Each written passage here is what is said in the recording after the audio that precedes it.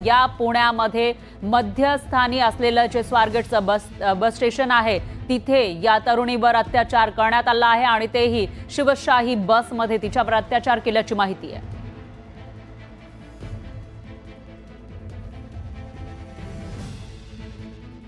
आणि याविषयी अधिक माहितीसाठी आपले प्रतिनिधी वैभव सोनवणे हे आपल्या सोबत जोडले गेले आहेत। वैभव, काय सांगाल? अतिशय धक्कादायक असा हा प्रकार म्हणावा लागेल। महाराष्ट्राला हादरवणारी ही घटना पुण्यामध्ये घडली आहे। नेमकं काय घडलेलं होतं आणि आता पोलिसांच्या हाती तो आरोपी लागलाय का?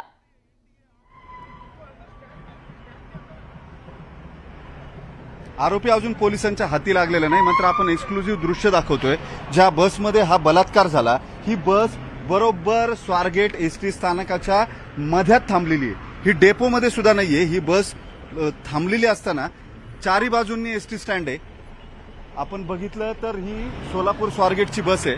ही बस रात्री इथं थांबलेली होती आणि या थांबलेल्या बसमध्ये दरवाजा उघडून संबंधित तरुणीला या आरोपीनं आतमध्ये जायला सांगितलं आणि इथं गेल्यानंतर तो मागून आतमध्ये चढला या बसच्या आणि त्यानंतर तिच्यावरती अतिप्रसंग त्यानं केलाय। ही मुलगी आतमध्ये बाजूला जो प्लॅटफॉर्म आहे तिथं बसलेली होती आणि तिला माहिती होतं जी फलटणला जाणारी साताराची बस आहे ही 22 क्रमांकाची या प्लॅटफॉर्मला बस लागते। तिनं तशा पद्धतीची माहिती आरोपीला दिलेली होती, मात्र आरोपीनं या संबंधित पीडित तरुणीला जबरदस्ती केली। तिला सातत्यानं इथं या प्लॅटफॉर्मची बस जी आहे ती इथं लागलेली आहे असं 2-3 वेळा सांगितल्यानंतर तिला इन्सिस्ट केलं आणि तिला इथं आणलं। तिला इथं आणल्यानंतर या बसमध्ये तिला चढायला लावलं आणि आतमध्ये लाईट बंद आहेत असं या तरुणीनं विचारल्यानंतर सुद्धा रात्रीची वेळ असल्यामुळे लाईट बंद आहे, तू आतमध्ये चढून खात्री कर असं सांगितलं आणि त्यानंतर तो त्या मुलीच्या मागून आतमध्ये चढला आणि तिच्यावरती अतिप्रसंग केलाय।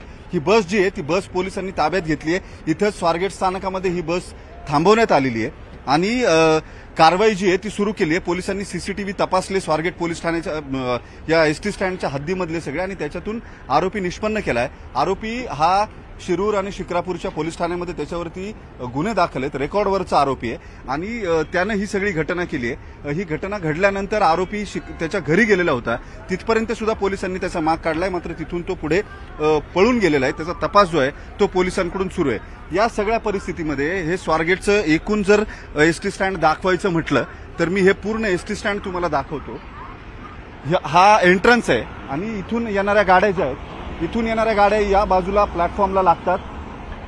प्लॅटफॉर्मला लागणाऱ्या बसेस ज्या आहेत तिथं सगळे नागरिक बसलेले असतात आणि दुसरी बाजू जी आहे प्लॅटफॉर्मची फलाटाची ती ही बाजू आहे जिथं या बसेस लागलेल्या आहेत। म्हणजे ही बस डेपोमध्ये सुद्धा नव्हती, ही बस लॉक केलेली नव्हती का? ही बस उघडी होती तर चालक आणि वाहक ते कुठं होते? असे अनेक प्रश्न आहेत। या घटनेला नेमकं जबाबदार कोण असा सगळ्यात महत्वाचा प्रश्न असायचा, कारण इथून 100 मीटरच्या अंतरावरती बरोबर माझ्या मागे या बसच्या पलीकडे आपण जर बघितलं तर स्वारगेट पोलीस स्टेशन आहे। हाकेच्या अंतरावरती रस्ता ओलांडला की स्वारगेट पोलीस स्टेशन आहे। इतक्या मोठ्या प्रमाणावरती इथं प्रवासी येतात, दिवस रात्र प्रवासी असतात।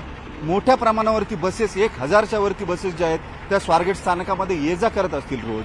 हे सगळं सुरू असताना एका 26 वर्षाच्या मुलीवरती बलात्कार होतो या बसमध्ये। निश्चितच वैभव, अतिशय बस आहे या बसमध्ये या मुलीवरती अतिप्रसंग झालाय। या मुलीवरती या बसमध्ये अतिप्रसंग झाला। इथं आजूबाजूला कुणालाच याची कल्पना कशी आली नाही हा सगळ्यात महत्त्वाचा मुद्दा आहे। पुढचा प्रश्न हाच आहे वैभव, ज्या वेळेला सकाळच्या वेळेला तुम्ही जसं सांगितलं तसं या ठिकाणी मोठ्या प्रमाणामध्ये गर्दी असते, कर्मचारी सुद्धा असतात, पण सकाळच्या वेळेला जेव्हा ही मुलगी तिथं होती बसलेली आणि त्याच्यानंतर त्या माणसाने तिला सांगितलं की या बसमध्ये ही बस जाणार आहे फलटणला, त्यावेळेला आजूबाजूला कोणीही नव्हतं का? कोणीही त्या व्यक्तीला रोखलं नाही का, टोकलं नाही का, असा सवाल उपस्थित होतोय।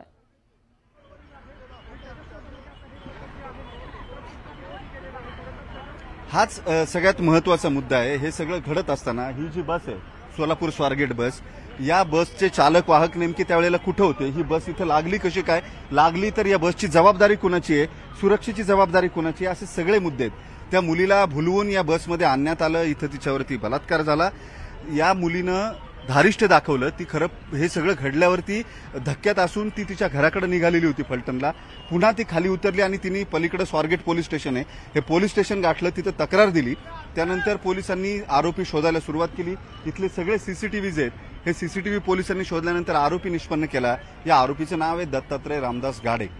हा आरोपी शिरूर आणि शिक्रापूरच्या पोलीस ठाण्यांमध्ये गुन्ह्यावरती रेकॉर्डवर असलेला आरोपी आहे. त्याच्यावरती यापूर्वी सुद्धा गुन्हे दाखल आहेत, दरोड्यासारखे गंभीर गुन्हे दाखल आहेत आणि त्यातला हा आरोपी होता.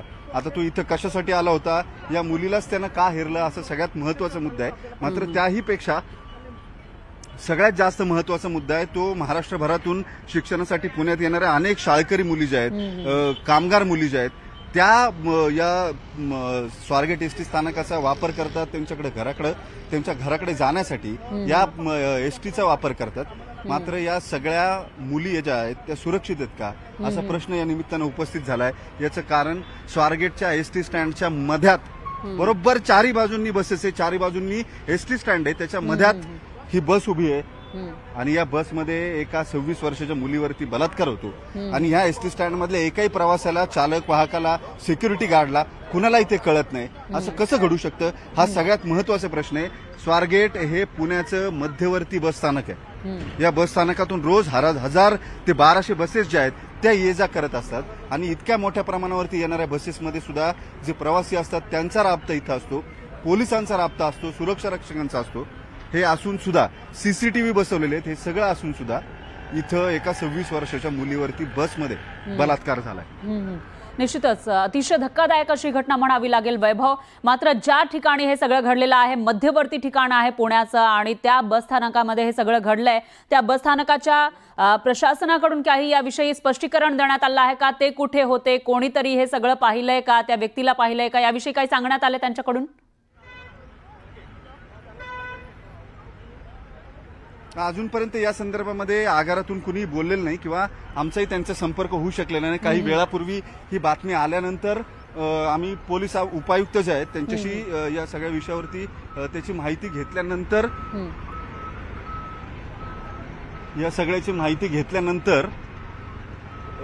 त्यांनी ही सगळी माहिती दिली की स्वारगेटच्या मध्यस्थानी बरोबर ही बस जी आहे ती बस उभी आहे. इथं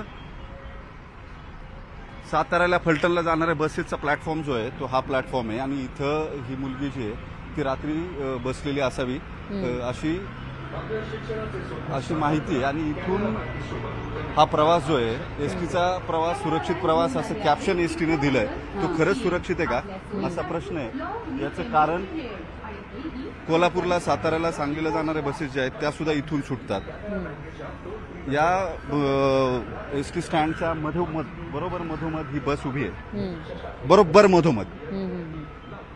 तरी सुद्धा कुणाच्याही लक्षात येत नाही या बसमध्ये एका 26 वर्षाच्या मुलीवरती बलात्कार होतो आणि तो बलात्कार होत असताना इथं उपस्थित असलेल्या कुणालाही कळत नाही. इतक्या मोठ्या प्रमाणावरती बसेस या एसटी स्टँडमध्ये पार्क असतात, फिरत असतात. चालक वाहक कुठं होते या बसचे, त्यांची जबाबदारी नाही का त्यांची बस लॉक असायला हवी किंवा असं सहज इतर कुणीही जेव्हा बस प्रवासाला नाहीये, त्या बसमध्ये कुणीच नाहीये, तेव्हा असं कसं घडू शकतं, हा सगळ्यात महत्वाचा मुद्दा आहे.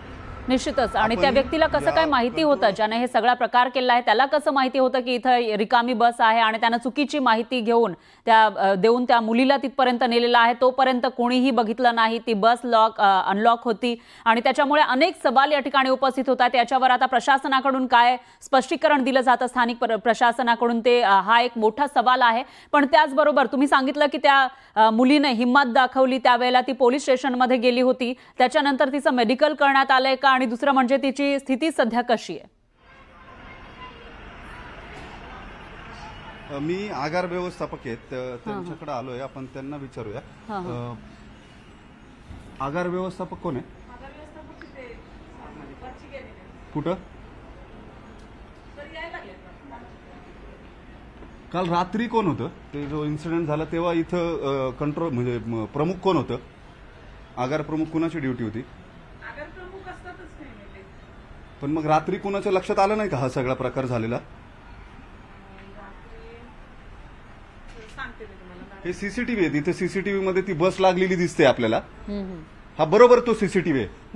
हे सगळे सीसीटीव्ही जे आहेत या सीसीटीव्ही मध्ये आगारात काय चाललेलं असतं याची पूर्ण माहिती मिळते. इथं बरोबर सुरक्षा रक्षक आहेत, इथं आगार प्रमुख आहेत, मोठी व्यवस्था आहे या सगळ्यासाठी. असं असून इथं 26 वर्षाच्या मुलीवरती बलात्कार होतो. आगारात इतक्या बसेस उभ्या असतात, इतके लोक असतात, प्रवासी असतात आजूबाजूला कुणालाच काही कळत नाही. हे कसं घडलं हा सगळ्यात महत्वाचा प्रश्न आहे. हे कुणाला कळालं कसं नाही. वैभव, आता जर सुरक्षा व्यवस्था राम भरोसे असेल तर इथं या शहरामध्ये शिकायला येणाऱ्या महिला मुली ज्या आहेत, तुम्ही त्या बसचे ड्रायव्हर कंट्रोलर कुणीच नसतं का? वाहक आपलं पद काय? स्थानक प्रमुख आहे. तुम्ही म्हणजे तुम्ही मग काल नव्हतात का? तुम्हाला या सगळ्या प्रकाराबद्दल काहीच माहिती नाही? मी आता पोलीस स्टेशनला चाललीच आहे. तिकडे पोलीस स्टेशनला निघाली आहे मी. त्या बसचे चालक वाहक ते कुठे आहेत? सर मला सांगतील ना, आता पोलीस स्टेशन मध्ये मी चालली आहे तिकडेच. जस्ट त्याचं नियोजन तुमच्याकडे असेल ना? आगार प्रमुख एसटीच्या बस म्हणजे ती सोलापूरची बस, सांगोला आगाराची बस आहे. हा थांबा ना सर, थोडं थांबा. ठीक आहे. हे एसटीचे अधिकारी कर्मचारी आहेत, यांनाही काही माहिती मिळते असं दिसत नाही. त्याही आता पोलीस ठाण्यात निघालेत. हे सगळं घडल्यानंतर सांगोला आगाराची ती बस आहे, कंट्रोलर सुद्धा, आगार व्यवस्थापक सुद्धा इथं दिसत नाहीयेत. हा सगळा नेमका प्रकार काय सुरू आहे कुणालाच काही माहिती नाही. वैभव, त्यावरूनच एक प्रश्न उपस्थित होतोय की या ठिकाणी सीसीटीव्ही एवढे लावलेले आहेत, कोणीतरी वॉच साठी असेल. ती व्यक्ती नेमकी कोण होती? तिने काही बघितलं नाही का एका रिकाम्या बसमध्ये जेव्हा या मुलीला घेऊन तो तरुण जात होता?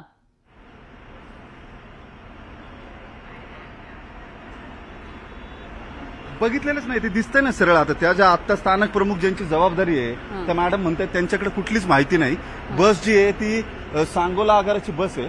इथं वरती हे अधिकारी बसतात, त्यांच्याकडे जाऊन आपण त्यांना ही विचारणा करू. हे सगळा कारभार राम भरोसे. इथं कुणी कुणाला जबाबदार नाही, आन्सरेबल नाही, कुणी उत्तर द्यायला रिकामा नाहीये इथं.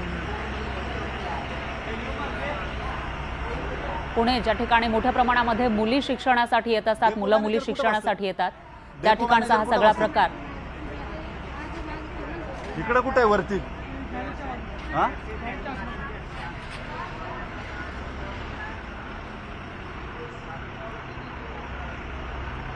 ही व्यवस्थित उत्तर मिळत नाहीये, टाळाटाळ करण्याचा प्रयत्न केला जातोय. पोलिसांना विचारून सांगू असं म्हणतात. मात्र हा सगळा प्रकार या बस स्थानकामध्ये घडलेला आहे.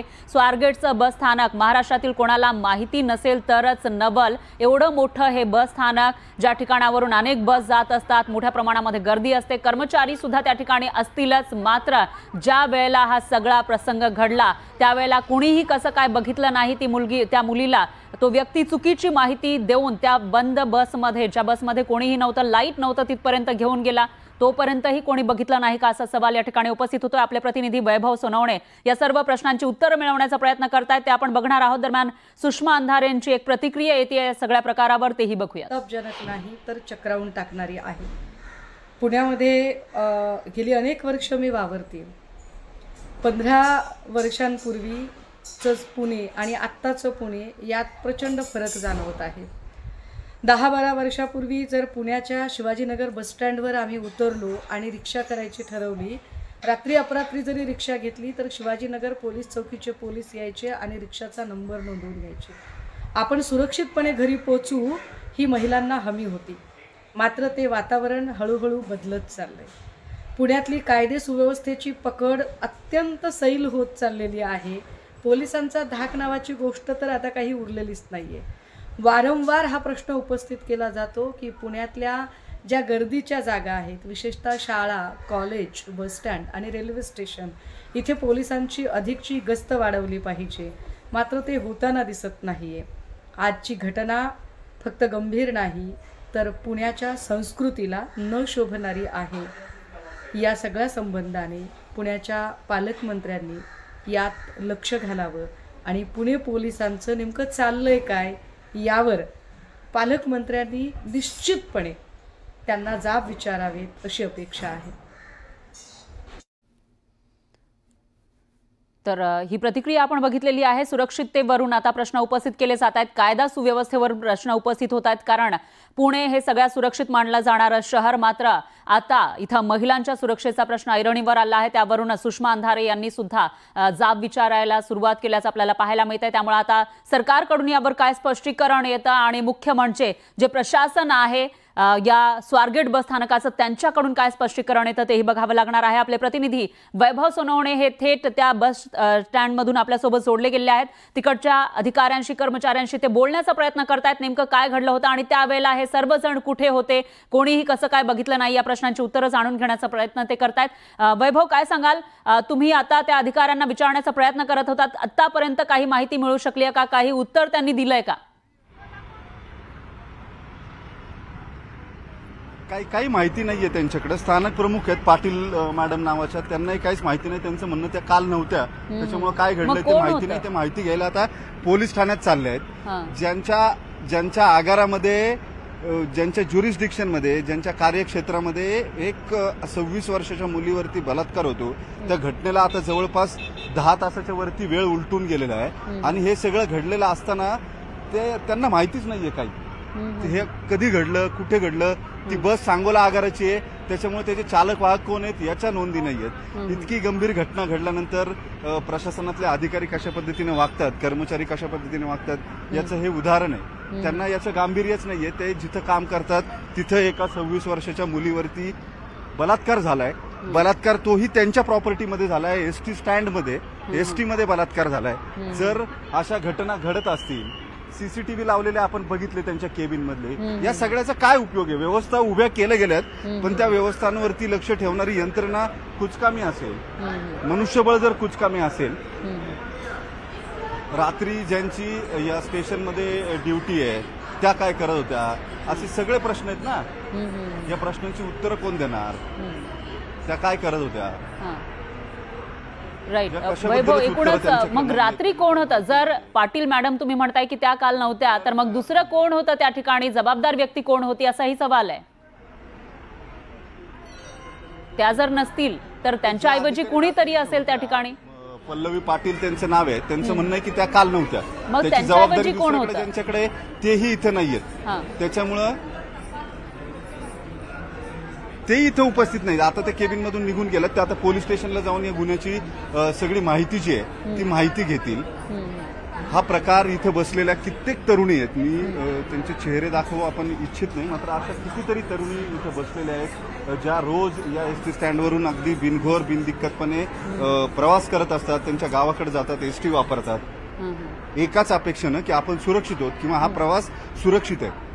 ही कालची घटना जर या सगळ्या मुलींना माहिती असेल तर कुणी हिंमत करेल का एसटी स्टँडमध्ये येऊन बसमध्ये बसून प्रवास करायचा रात्री बेरात्रीचा? हा सगळ्यात महत्वाचा प्रश्न आहे आणि त्याच्याशी इथल्या यंत्रणेला काही देणं घेणं नाहीये. इथं सीसीटीव्ही जे लावलेले आहेत हे सीसीटीव्ही बघायला तिथं कुणी मॉनिटरिंग एजन्सी नाही, कुणी माणूस नाही किंवा कुणावरती डिप्लॉयमेंट केलेली नाही. स्वारगेट पोलीस ठाण्याच्या हद्दीमध्ये सुद्धा सीसीटीव्ही आहेत या एसटी स्टँडचे, याचं आउटपुट तिथं सुद्धा दिसतं स्वारगेट पोलीस ठाण्यामध्ये. तिथेही मॉनिटरिंगला कुणी नाही. आणि हे सगळं एक वेळ मान्य करता येईल की इतकं 24 तास सर्व्हिलन्स सलग ठेवता येत नाही, मात्र इथं स्वारगेट बस स्थानकामध्ये जी लोक होती, ज्या महिला मुली होत्या किंवा इथं प्रवासी होते, इतर आजूबाजूला गाड्या ज्या लागलेल्या होत्या, एवढीच गाड्यांची गर्दी रात्री सुद्धा असते किंवा याच्यापेक्षा जास्त असते. ज्या गाड्या स्टेशनला असतात त्यांची सुद्धा गर्दी जास्त असते. त्यांचे चालक वाहक कुठे होते? आणि ज्यांची गाडी आहे, ज्यांची बस आहे, ज्या आगाराची सांगोला आगाराची बस आहे, त्या गाडीचे चालक वाहक गेले कुठे होते? त्यांची नेमकी उपस्थिती कुठे होती? ही बसमध्ये ते का नव्हते? बस का लॉक नव्हते? रुपाली पाटील आल्यात त्या आता इथे पल्लवी पाटील मॅडम आहेत, त्यांच्याशी मी बोललो, काही माहिती नाही काय घडलंय ते. वैभवजी, तुमचीच बातमी बघून मी बस स्थानकावर तातडीने आलेली आहे. ज्या पल्लवी मॅडम आहेत त्या रजेवर आहेत, त्यांचा चार दुसऱ्या मॅडमकडे आहेत. त्यांना काहीच कल्पना नाही की आगारमध्ये काय झालेलं आहे आणि काय नाही. म्हणजे त्यांचं म्हणणं आहे की खरंय का खोटं हेही त्यांना माहिती नाही. आत्ता त्या पोलीस स्टेशनला गेलेल्या आहेत. माझं म्हणणं आहे आगारातील जे व्यवस्थापन आणि कर्मचारी आहे त्यांच्यावर कारवाई होणं गरजेचं आहे. तुमची जबाबदारी आहे तुमच्या आगारमध्ये काय होतं आणि काय नाही. आणि 5:30 वाजता जर महिलेवर किंवा युवतीवर बलात्कार होत असेल तर हे व्यवस्थापन झोपलेलं आहे का? इथली सुरक्षा कर्मचारी, इथले कर्मचारी कशाला पगार घेत आहेत? त्याच्यामुळे गुन्हेगाराला अटक जर झालाच असेल प्रकार तर गुन्हेगाराला 100% पोलिसांनी तातडीने अटक केलं पाहिजे. परंतु आगारालाही तेवढंच जबाबदार धरता येणार आहे, कारण का त्यांची धरावंच लागेल. त्यांच्या बसमध्ये त्यांच्या प्रॉपर्टीत घडलेला गुन्हा आहे. मी तेच सांगते ना, तुम्ही कामावर येताना तुम्हाला तुमचे कर्तव्य आणि ड्युटी कळत नाही का? की आपल्या इथं बस उभी आहेत किंवा आपल्या इथं आगार आहे, आगार असताना लोक बसलेली आहेत, त्यांची सिक्युरिटीचं काम हे आगारातील व्यवस्थापनाचंच आहे. त्यामुळे पालकमंत्र्यांकडे मी फोनवरनच मागणी केलेली आहे. एकतर माझं म्हणणं होतं गुन्हेगारीवर वचक यायला प्रतिबंधक कारवाई करायला पाहिजे आणि जे गुन्हे घडलेत त्या आरोपींना तातडीने अटक केले पाहिजे. पण त्याचबरोबर ज्या ज्या विभागाचे कर्मचारी आणि अधिकारी आहेत जे आपलं कर्तव्य बजावत नाहीत त्यांच्यावर सुद्धा निलंबनाची कारवाई झाली पाहिजे. हे एसटी स्टँड शहराच्या मध्यवर्ती ती बस लागलेली जागा तुम्ही बघितली तर ती बस बरोबर एसटी स्टँडच्या मध्ये लागली.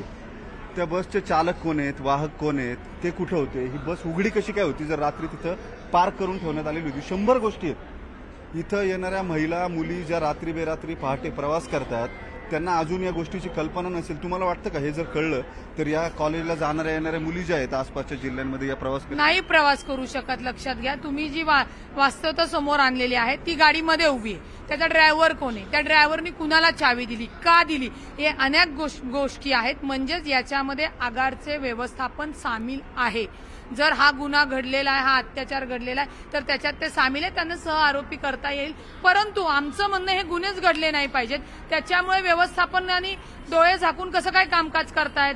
त्यामुळे जी घटना घडलेली आहे ती अत्यंत निंदनीय आहे. खरंच सांगते, अशा घटना घडू नये. नाहीतर महिलांना सुरक्षिततेच्या बाबतीत म्हणजे प्रवासच कोणी करू शकणार नाही.